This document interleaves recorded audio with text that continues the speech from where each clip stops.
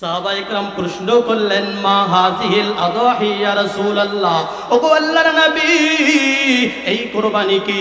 বিশ্ব নবী বললেন, ক্বালা সুন্নাত আবিকুম ইব্রাহিম, এই কুরবানি হলো তোমার জাতির পিতা হযরত ইব্রাহিম আলাইহিস সালামের আদর্শ। ভাইরা আমার, জাতির পিতা প্রায় সারা জীবন নিঃসন্তান ছিলেন। তিনি দোয়া করলেন, রব্বি হাবুলি মিনাস সালিহিন, হে আল্লাহ আমাকে একটা সৎ পুত্র, একটা সৎ নেককার সন্তান দান করুন।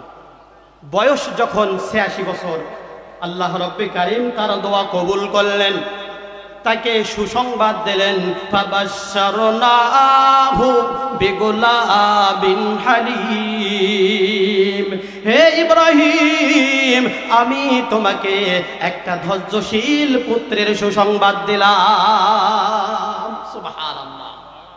হযরতে ইব্রাহিম আলাইহিস সালাম এর দ্বিতীয় স্ত্রী হযরতে হাজরা আলাইহিস সালাম গর্ভবতী হলেন। তার কোলজোরে সন্তান আসলো, নাম হলো হযরতে ইসমাঈল আলাইহিস সালাম। এই সন্তান যখন পিতার সাথে চলাফেরার বয়সে উপনীত হলো, 8 জিলহজ স্বপ্নে দেখানো হলো, হে ইব্রাহিম তুমি কুরবানি করো।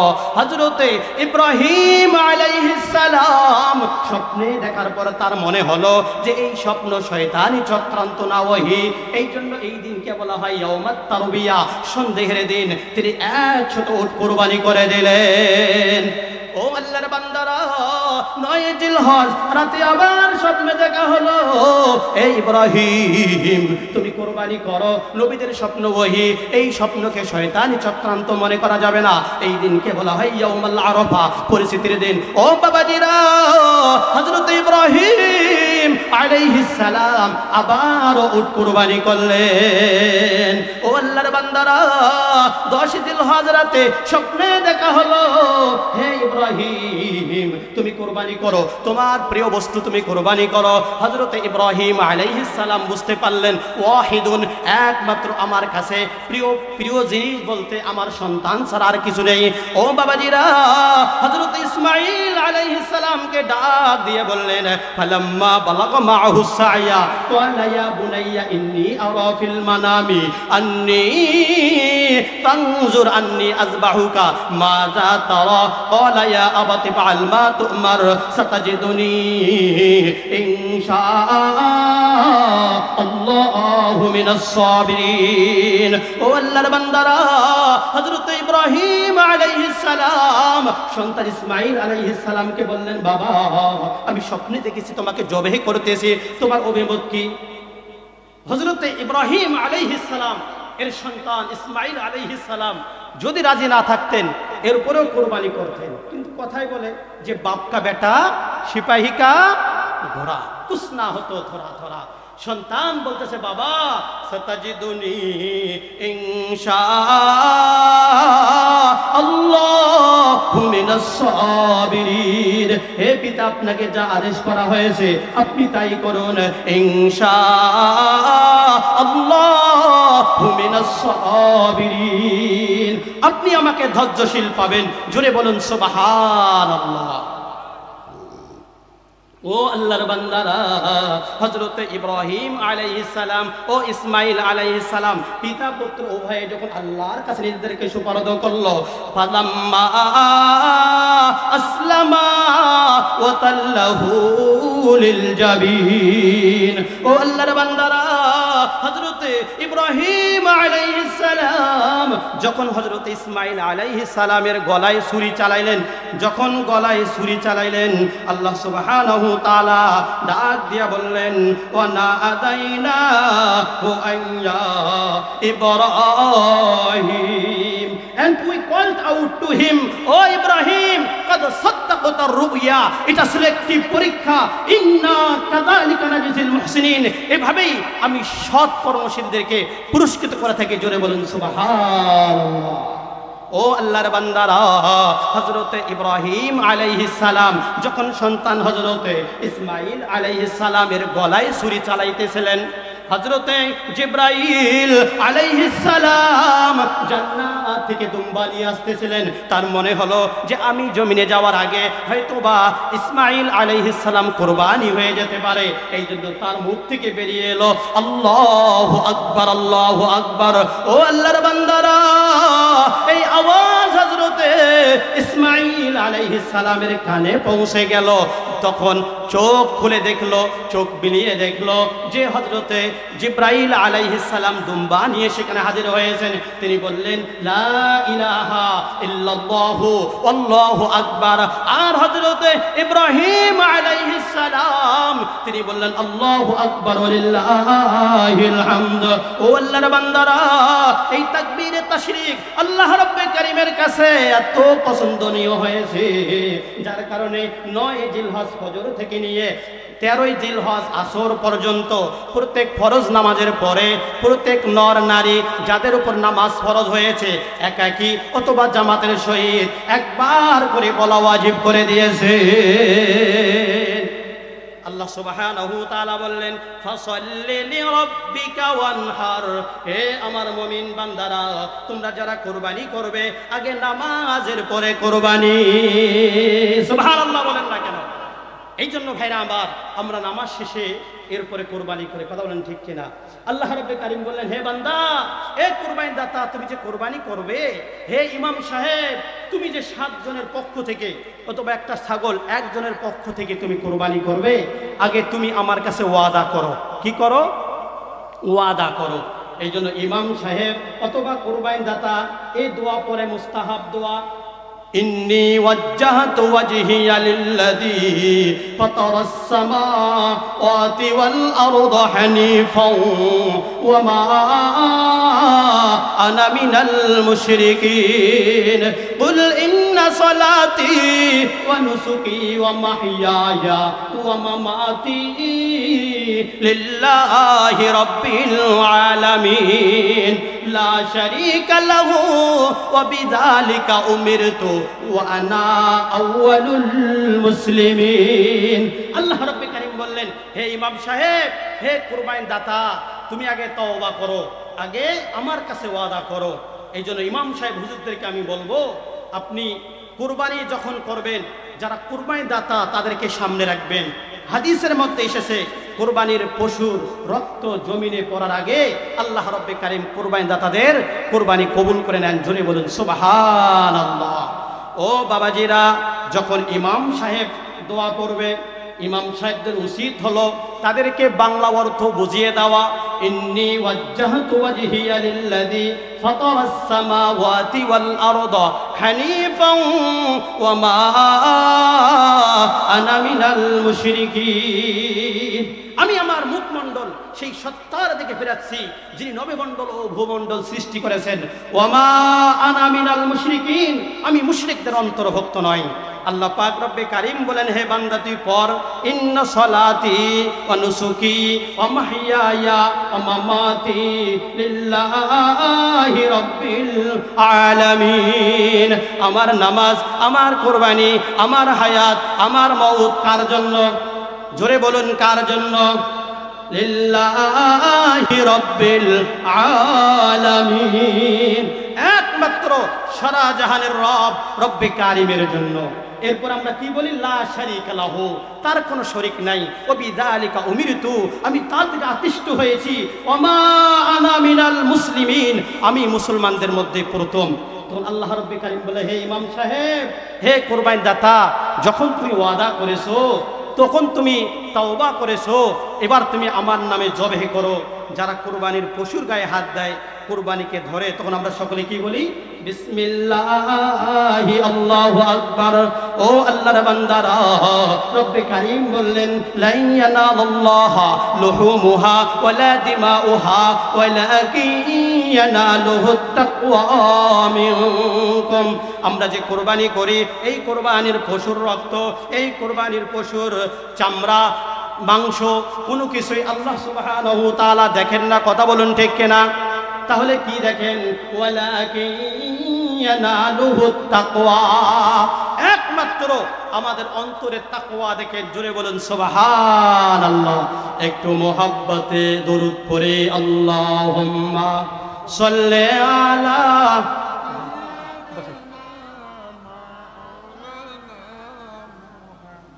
ওয়া আলা আলি সাইয়্যিদিনা।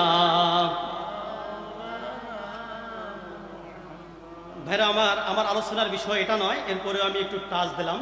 আমি আলোচনা করব মানুষ সৃষ্টির রহস্য সম্পর্কে নিয়ে। আমরা মানুষ কিনা, আমরা আমাদের চোখ দিয়ে অনেক মাখলুককে দেখতে পারি। খলাকতুল আশিয়া ইকুল্লি আলি আজরিহা। আল্লাহ রাব্বুল কারীম যতগুলো মাখলুককে সৃষ্টি করেছেন, এই মাখলুকগুলোকে সৃষ্টি করার পিছনে উদ্দেশ্য হলো আমাদের কল্যাণের জন্য। আলহামদুলিল্লাহ বলি। কিসের জন্য? আমাদের কল্যাণের জন্য। আল্লাহ রাব্বুল কারীম বললেন, আফাহাসিবতুম আন্নামা খলাকনাকুম আবাসা। তোমরা কি মনে করছো আমি কি তোমাদেরকে এমনি এমনি সৃষ্টি করেছি, অহেতুক সৃষ্টি করেছি? না, অবশ্যই একটা কারণ আছে। এই যে ঘরটা নির্মাণ করা হয়েছে, অবশ্যই উদ্দেশ্য আছে কিনা? উদ্দেশ্য কি? যে রাত্রে এই ঘরে থাকবে। আল্লাহ রাব্বুল কারীম বলেন উদ্দেশ্য হলো ওয়ামা খলাকতুল জিন্না ওয়াল ইনসা ইল্লা লিয়াবুদুন। উদ্দেশ্য হলো যে জিন এবং ইনসানকে সৃষ্টি করা, যে তারা যেন আমার ইবাদত করে। ও আল্লাহর বান্দারা, রব্বে কারীম ডাক দিয়া বললেন, ওয়া ইয ক্বালা রাব্বুকা লিল মালাইকাতি ইন্নী জাইলুন ফিল আরদি খলিফা। হে নবী, স্মরণ করো যখন তোমার মালিক আল্লাহ রব্বে কারীম তার ফেরেশতাদেরকে বললেন, আমি দুনিয়াতে খলিফা বানাতে চাই, আমার প্রতিনিধি বানাতে চাই। ফেরেশতারা বলল, রব্বে কারীম আপনি কি জমিনে এমন কোন জাতিকে পাঠাবেন যারা বিশৃঙ্খলা সৃষ্টি করবে, বিপর্যয় সৃষ্টি করবে, স্বার্থের জন্য মারামারি করবে, রক্তপাত ঘটাবে, ভাই ভাইকে খুন করবে, ভাইরা মিলে স্বার্থের জন্য, জমি জায়গার জন্য মা বাবাকে হত্যা করবে। আপনারা জানেন কিছুদিন আগে মা বাবা মিলে নিজের কন্যা সন্তানকে 32 বিঘা সম্পত্তির জন্য হত্যা করেছে, জানেন তো? ফেরেশতারা বলল, রব্বে কারীম আপনি কি এমন জাতি সৃষ্টি করবেন? আওয়া নাহনু নুসাব্বিহু বিহামদিকা ওয়া নুকদ্দিসু লাক। প্রতিনিয়ত 24 ঘন্টা আমরা আপনার ইবাদত করি। আল্লাহ রব্বে কারীম বললেন, ক্বালা ইন্নী আ'লামু মা লা তা'লামুন। তোমরা তা জানো না। ও আল্লাহর বান্দারা, রব্বে কারীম ফেরেশতাদেরকে বললেন মাটি নিয়ে আসার জন্য। ফেরেশতারা সব ধরনের মাটি নিয়ে গেলেন। আল্লাহ রব্বে কারীম বললেন, একটা মূর্তি বানাও, এত হাত লম্বা হবে, এত হাত চওড়া হবে। মূর্তি বানাইলো। ফেরেশতারা বলল, রব্বে কারীম কেমন হয়েছে? আল্লাহ রব্বে কারীম বললেন, ও ফেরেশতারা, আমার আদরের মাখলুক আমার মন মতো হয় নাই। ও আল্লাহর বান্দারা, রব্বে কারীম আসমান বানিয়েছেন, নিজের কুদরতি হাত লাগান নাই। জমিন বানিয়েছেন, নিজের কুদরতি হাত লাগান নাই। নিজের ঘর খানায়ে কাবা বানিয়েছেন। ফেরেশতাদেরকে বললেন বানাও। ফেরেশতারা বানাইলো। বলল কেমন হয়েছে? রব্বে কারীম বলল চলে। আর যখন এই আদরের মাখলুক কে বানাইলো, ফেরেশতারা বলল কেমন হয়েছে? আল্লাহ রব্বে কারীম বললেন, আমার আদরের মাখলুক আমার মন মতো হয় না। ও বাবাজিরা, রব্বে কারীম নিজের কুদরতি হাতখানা লম্বা কইরা হযরতে আদম আলাইহিস সালামের কানটা দইলা, নাকটাকে আদর করিয়া, টিপ দিয়ে উঁচু করিয়া, ঠোঁটকে আদর করিয়া, গাল ও কপালকে আদর করিয়া তিনি ফেরেশতাদেরকে বললেন কেমন হয়েছে? ফেরেশতারা বলল, রব্বে কারীম আপনি যতগুলো মাখলুক বানিয়েছেন সব চাইতে আদম সুন্দর হয়েছে। ও আল্লাহর বান্দারা, রব্বে কারীম ডাক দিয়ে বললেন, লাকাদ খালাকনাল ইনসানা ফি আহসানি তাকওয়িম। আমি সব চাইতে মানুষকে সুন্দর করে বানালাম। জোরে বলুন সুবহানাল্লাহ। ভাইরা আমার, মানুষ আশরাফুল মাখলুকাত। এই মানুষ থাকতে চায় না, তারা বিড়াল হতে চায়। নাউজুবিল্লাহ বলেন। কুত্তা হতে চায় সার্জারি করে। আল্লাহ রাব্বে কারীম এত সুন্দর করে বানালেন, এই মানুষ, তাকে এই মানুষ হিসেবে থাকা ভালো লাগে না। নাউযুবিল্লাহি মিন যালিক। ভাইরা আমার, হযরতে আদম আলাইহিস সালামের মূর্তি পয়রা রইছে, নড়ে না, চড়ে না। ফেরেশতারা পেটে টোকা দেয়, শব্দ করে। তারা বলে পোষ করতে চাইলে পোষ করা যাবে। আল্লাহ সুবহানাহু তাআলা হযরতে আদম আলাইহিস সালামের নাকের মধ্যে একটা ফু দিলেন। কয়টা ফু? একটা ফু দিলেন। এই ফু দেওয়ার সাথে সাথে হযরতে আদম আলাইহিস সালাম লাফ দিয়ে দাঁড়িয়ে গেলেন। ও আল্লাহর বান্দারা, রব্বে কারীম বললেন ফানাফাকতু ফীহি মির রূহ, আমার রূহ ওর মধ্যে দিয়ে দিলাম, হযরতে আদমের মধ্যে দিয়ে দিলাম। আল্লাহ রব্বে কারীমের রূহ পাওয়ার পর হযরতে আদম আলাইহিস সালাম লাফ দিয়ে দাঁড়িয়ে গেলেন। ভাইরা আমার, আপনার হাত একটু ঘষা দেন, দেখবেন ময়লা বের হয়ে যায়। কথা বলুন ঠিক কিনা? আহা, আল্লাহু আকবার। ও আল্লাহর বান্দারা, আপনার শরীরটাও মাটি। আপনি যখন কবরে থাকবেন, আপনার লাশটা মাটি হয়ে যাবে। এটাই মানুষ। আল্লাহ রব্বে কারীম হযরতে আদম আলাইহিস সালাম নতুন সৃষ্টি, তাকে সম্বর্ধনা দিতে হবে। এই জন্য আল্লাহ রব্বে কারীম সম্বর্ধনা দেওয়ার জন্য তাকে ডাক দিলেন, বললেন হে আদম এইদিকে আসো। হযরতে আদম আলাইহিস সালাম যখন কাছে আসলেন, আল্লাহ সুবহানাহু তাআলা তাকে জ্ঞান দান করলেন, বললেন এটার নাম এই, ওটার নাম এই, ওটার নাম এই। তার অন্তরে ঢাইলা দিলেন এলেন। ক্বালু সুবহানাকা লা ইলমা লানা ইল্লা মা আল্লামতানা ইন্নাকা আনতাল আলিমুল হাকীম। আল্লাহ রব্বে কারীম হযরতে আদম আলাইহিস সালামকে ইলম দান করলেন, যে ইলম কোনো ফেরেশতাদের ছিল না। সম্বর্ধনা সবার আয়োজন করলেন। সমস্ত ফেরেশতাদেরকে ডাক দিয়ে বললেন যে হে ফেরেশতারা, বলো তো এগুলোর দাম কি কি? ফেরেশতারা বলল, রব্বে কারীম আপনি আমাদেরকে যা শিখিয়েছেন তা ব্যতিরেকে আমাদের কোনো জ্ঞান নাই। আল্লাহ সুবহানাহু তাআলা হযরতে আদমকে ডাক দিয়ে বললেন, হে আদম এদিকে আসো, বলো এগুলোর নাম কি কি? সমস্ত কিছুর নাম হযরতে আদম আলাইহিস সালাম বলে দিয়েছে। আল্লাহ রাব্বে কারীম বললেন, হে ফেরেশতারা দেখো আদম পারে, তোমরা পারো না। وَإِذْ قُلْنَا لِلْمَلَائِكَةِ اسْجُدُوا لِآدَمَ فَسَجَدُوا إِلَّا إِبْلِيسَ। আল্লাহ রাব্বে কারীম ফেরেশতাদেরকে বললেন যে তোমরা আদমকে সাজদা করো। আদম নতুন সৃষ্টি, তাকে সম্বর্ধনা জানাতে হবে। এজন্য আল্লাহ রাব্বে কারীম বললেন যে হে ফেরেশতারা সকলে আদমকে সাজদা করো, আদমকে সম্মান জানাও। সমস্ত ফেরেশতারা হযরতে আদমের সামনে নিজের মাথাটা নত করলো। জোরে বলুন সুবহানাল্লাহ। একমাত্র ইল্লা ইবলিস। যখন হযরতে আদম আলাইহিস সালাম ইবলিসের কাছে গেলেন, ইবলিস এভাবে দাঁড়িয়ে আছে, মাথা নত করে না। অহংকার কি করলো? অহংকার করলো, এভাবেই থাকলো। আল্লাহ সুবহানাহু তাআলা বললেন, ক্বালা মা মানাআকা আল্লা তাসজুদা ইয আমারতুক। হে বেয়াদব, হে ইবলিস শয়তান, আমি তোর স্রষ্টা, আমি তোর খালেক, তোকে সৃষ্টি করেছি। সৃষ্টি হইয়া স্রষ্টা ও সৃষ্টি হইয়া স্রষ্টার হুকুম অমান্য করলি। আমি তোমাকে বললাম আদমকে সাজদা করার জন্য, তুই কেন সিজদা করলি না? অহংকার কাকে বলে? ইবলিস বলল, ক্বালা আনা খায়রুম মিন, আমি ওর থেকে সৃষ্ট। খলাকতাহু মিন নার, আপনি আমাকে বানিয়েছেন আগুন দিয়া, আর আদমকে বানিয়েছেন ওয়াখাল্লাকতাহু মিন তিন, আপনি আদমকে বানিয়েছেন কাদামাটি দ্বারা। আমি ওর থেকে সৃষ্ট। আগুনের কাজ হলো উপর দিকে যাওয়া, আর মাটির কাজ হলো নিচে থাকা। আমি আগুন হয়ে আদমকে তো সাজদা করতে পারি না। অহংকার কাকে বলে? আমাদের সমাজের কিছু লোক নিজেকে বড় বুদ্ধিজীবী মনে করে, নিজেকে ডাক্তার মনে করে, নিজেকে মাস্টার মনে করে, মনে করে আমি সেই হয়ে গেছি, আমার মতো আর কে আছে। কথায় কথায়, ঠিক কিনা? কি বলে, তুমি কি আমাকে চেনো? অথচ ওই ব্যক্তি জানে না যে আমার দিকে তার একটা আঙ্গুল, অথচ তার দিকে বাকি সবগুলো আঙ্গুল, বাকি আঙ্গুলগুলো যেন তাকে বলতেছে তুমি কি তোমাকে চেনো? কবি বলছেন, হে মন কি নিয়ে বড়াই করো?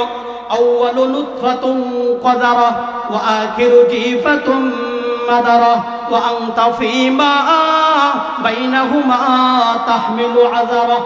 প্রত্যেকটা মানুষের তিনটা অবস্থান। জুড়ে বলুন কয়টা অবস্থান? তিনটা অবস্থান। এক নম্বর অবস্থান আউয়ালু নুতফাতুন কাদারা, এই শুরুতে আমার কোনো অস্তিত্ব ছিল না। আমার মা বাবা বিলুপ্ত হওয়ার পরে এক ফোঁটা নাপাক পানি দিয়ে আল্লাহ রাব্বে কারীম আমাকে পৃথিবীতে নিয়ে এসেছেন। কথা বলুন ঠিক কিনা? যে পানি বের হলে গোসল ফরজ হয়ে যায়, আল্লাহ রাব্বে কারীম এই পানি দিয়ে আমাদেরকে সৃষ্টি করেছেন। হে মন, আউয়ালু নুতফাতুন কাযারা, তুমি কি নিয়ে বড়াই করো? তুমি তো এক ফোঁটা নাপাক দুর্গন্ধযুক্ত পানি দিয়ে তৈরি। ওয়া আখিরু জিফাতুম মাদারা, যখন তুমি মারা যাবে, মারা যাওয়ার পরে তোমার লাশের কোনো অস্তিত্ব থাকবে না। বিজ্ঞানীরা বলেছেন যে মানুষ মারা যাওয়ার 6 দিন পরে এই যে নখ আছে না, চারাগুলো আছে না, 6 দিন পরে এগুলো খসে যাবে। 9 দিন পরে তার মাথার চুলগুলো খসে যাবে।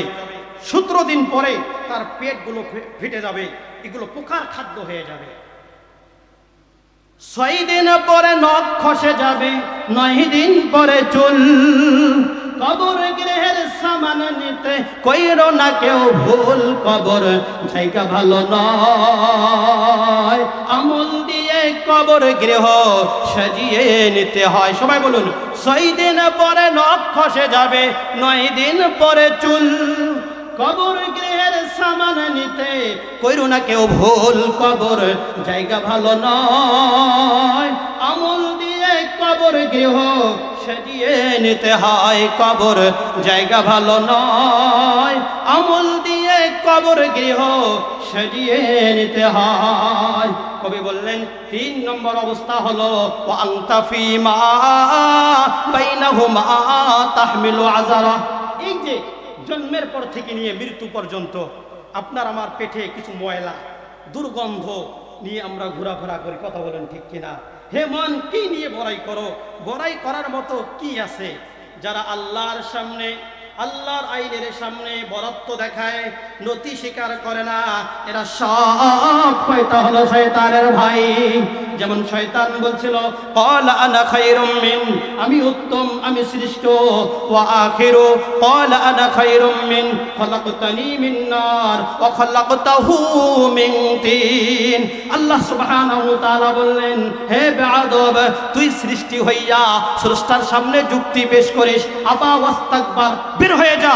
ওয়া কানা মিনাল কাফিরিন, তুই অবিশ্বাসীদের অন্তর্ভুক্ত হয়ে গেছস। শয়তান কাকে বলে ভাই? আল্লাহ রাব্বে কারীম যখন জান্নাত থেকে বের করে দিলেন, তখন বলতেছে, আল্লাহ আমাকে একটা সুযোগ দেন। কি সুযোগ? যে আমি আপনার বান্দাকে চারদিক থেকে আক্রমণ করব, সামনে থেকে, পিছনে থেকে, ডান দিক থেকে, বাম দিক থেকে, 4 দিক থেকে আক্রমণ কইরা আপনার বান্দার অন্তরটাকে তছনছ কইরা আপনার বান্দাকে গুনাহ করাইয়া অধিকাংশ বান্দাকে জাহান্নামে নিয়ে যাব। শয়তান কি বলল? দিক কয়টা? 4টা। আল্লাহ রাব্বে কারীম আদম আলাইহিস সালামকে ডাক দিয়ে বলেন, হে আদম, এদিকে আসো। ওই আহাম্মক, ওই বেয়াদব দিক জানে 4টা, দিক হলো 6টা। জোরে বলেন কয়টা? 6টা। আযানের সময় আল্লাহু আকবার কতবার বলে? 6 বার। প্রথমে 4 বার, পরে 2 বার। আল্লাহু আকবার, আল্লাহু আকবার, আল্লাহু আকবার, আল্লাহু আকবার। আবার শেষে 2 বার, আল্লাহু আকবার, আল্লাহু আকবার। আল্লাহ রাব্বে কারীম ডাক দিয়ে বললেন, হে আদম, ওই আহাম্মক, ওই বেয়াদব দিক জানে 4টা। সুম্মা লাআতিয়ান্নাহুম মিন বাইনি আইদিহিম ওয়া মিন খালফিহিম ওয়া আন আইমানিহিম ওয়া আন শামাইলিহিম ওয়া লা তাজিদু আকসারাহুম শাকিরিন। ওই আহাম্মক জানে দিক হলো 4টা। সামনে থেকে তোমাকে আক্রমণ করবে, পিছনে থেকে আক্রমণ করবে, ডান দিক থেকে আক্রমণ করবে, বাম দিক থেকে আক্রমণ করে তোমাকে গুনাহ করাইবে, জাহান্নামের দিকে নিয়ে যাবে। দিক থাকে আর 2টা, একটা হলো উপর দিক আর একটা হলো নিচের দিক। আল্লাহ সুবহানাহু ওয়া তাআলা বললেন, ও আমার বান্দারা, যখন তুমি গুনাহ করবে, আসমানের দিকে দোকানা হাত তুলে বলবে রব্বানা যালামনা আনফুসানা ওয়া ইল্লাম তাগফির লানা ওয়া তারহামনা লানাকুনান্না মিনাল খাসিরিন। হে আল্লাহ, আমি নফসের উপর জুলুম করে ফেলেছি, তুমি ছাড়া তো আর আমার কেউ নাই, কোনো ইলাহ নাই। লাতাকুনান্না মিনাল খাসিরিন।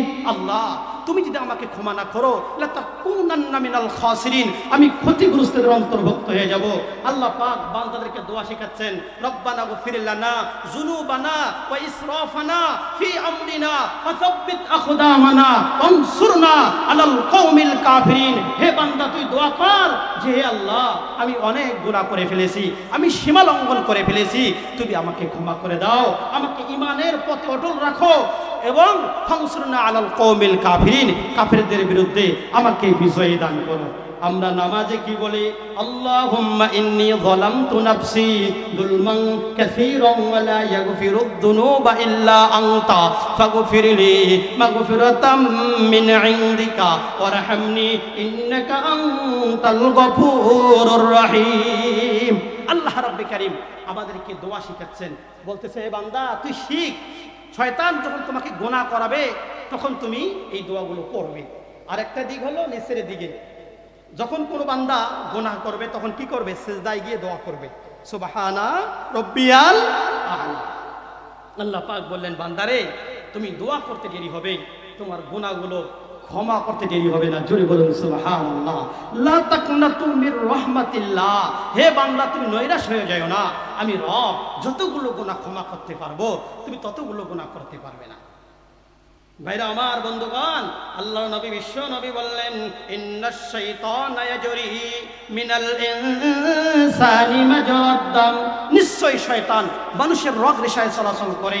ভাইরা আমার, শয়তান থেকে, এই প্রকাশ্য শত্রু থেকে আপনাকে দূরে থাকতে হবে।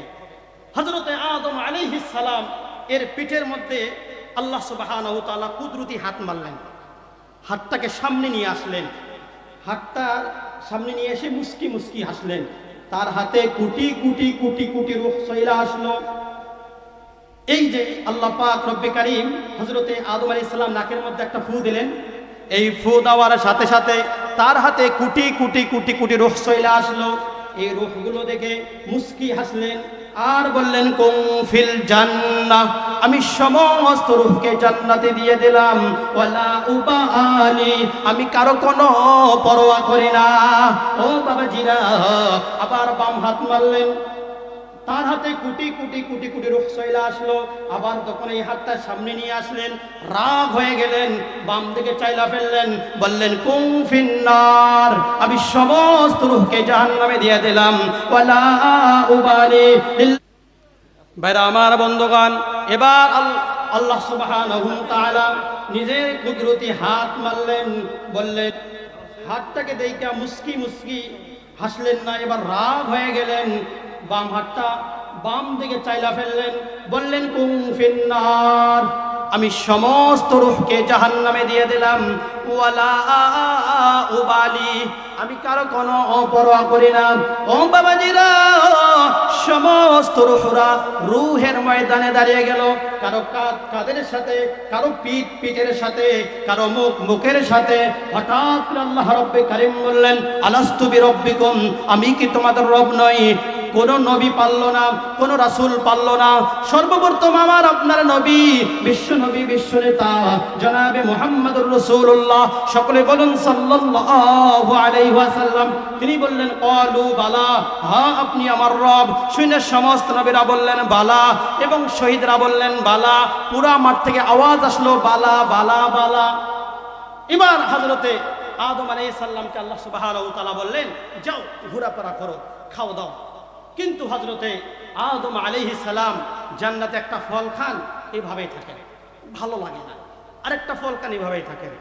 আল্লাহ সুবহানাহু ওয়া তাআলা ভাবলেন যে আদমের একটা সঙ্গীর ব্যবস্থা করা দরকার। সুবহানাল্লাহ। যেমনি ভাবে আমাদের সন্তানরা এলোমেলো হয়ে গেলে, আনমনা হয়ে গেলে, আমরা ভাবি সন্তানে একটা বিবাহ দিতে হবে, কথা বলেন ঠিক কিনা? তখন হযরতে আদম আলাইহিস সালামের একটা সঙ্গী চিন্তা ভাবনা করলেন। হযরতে আদম আলাইহিস সালাম শুয়ে আছেন, আল্লাহ সুবহানাহু ওয়া তাআলা বলেন, হে ফেরেশতা, হযরতে আদমের বাম পাজরের বাঁকা হাতটা টাইনা বের করো, টাইনা বের করো। যখন হাতটা টাইনা বের করলেন, আল্লাহ পাক বললেন 60 হাত একটা মূর্তি বানাও, তার মধ্যে রূহ দিয়ে দিলেন। হযরতে আদম আলাইহিস সালামের ঘুম ভেঙে গেল। হাত বাড়াইতে গেছেন, একটা আল্লাহ সুবহানাহু ওয়া তাআলা নারীদের প্রতি একটা আকর্ষণ এটা দেখিয়ে দিলেন যে পুরুষদের একটা আকর্ষণ থাকবে। হযরতে আদম আলাইহিস সালাম যখন হাত বাড়াইতে গেলেন, আল্লাহ সুবহানাহু ওয়া তাআলা বলেন, হে আদম, সিস্টেম আছে, মোহর দিতে হবে। ইসলাম নারীদেরকে কত সম্মান করেছেন, এই নারী সমাজ তা বোঝে না। আজকে আমাদের নারী সংস্থার কমিশন বোনেরা তা বোঝে না। তারা বলে যে নারী পুরুষ সমান অধিকার চায়। তারা মনে করে যে সমান অধিকার হলে মনে হয় তারা শান্তিতে থাকবে, কিন্তু তারা বোঝে না এই সমাজে যদি ইসলাম কায়েম হয়ে যায়, ইসলাম দিয়ে কোরআন দিয়ে রাষ্ট্র সমাজ পরিচালনা করা হয়, তারা যে স্বর্ণ হয়ে থাকবে তারা এটা বোঝে না। নারী সংস্কার কমিশনের বন্ধের পিছনে কিছু পুরুষ আছে, এরা বলে যে তোমরা নারী পুরুষ সমান অধিকার চাও। এর দ্বারা তারা নারীদেরকে ভোগ করতে চায়, পূর্ণ সামগ্রীর মতো, তরি তরকারির মতো, আসবাবপত্রের মতো। কখনো বিবাহ ব্যবহার করবে, কখনো ছেড়ে দেবে, তারা এটা চায়। ইসলাম এটা চায় না। এই সমাজ যদি কোরআনের আইন বাস্তবায়ন হয়ে যায় তাহলে তারা নিরাপদে থাকবে। জোরে বলুন কথা ঠিক কিনা?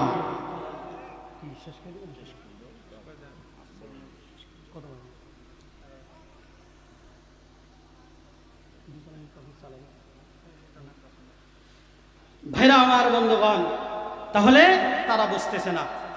আল্লাহ সুবহানাহু ওয়া তাআলা বলতেন, ফাওয়াসওয়াসা লাহুমাশ শাইতানু লিইউবদিয়া লাহুমা মা উরিয়া মিন সাওআতিহিমা ওয়াকালা মা নাহাকুমা।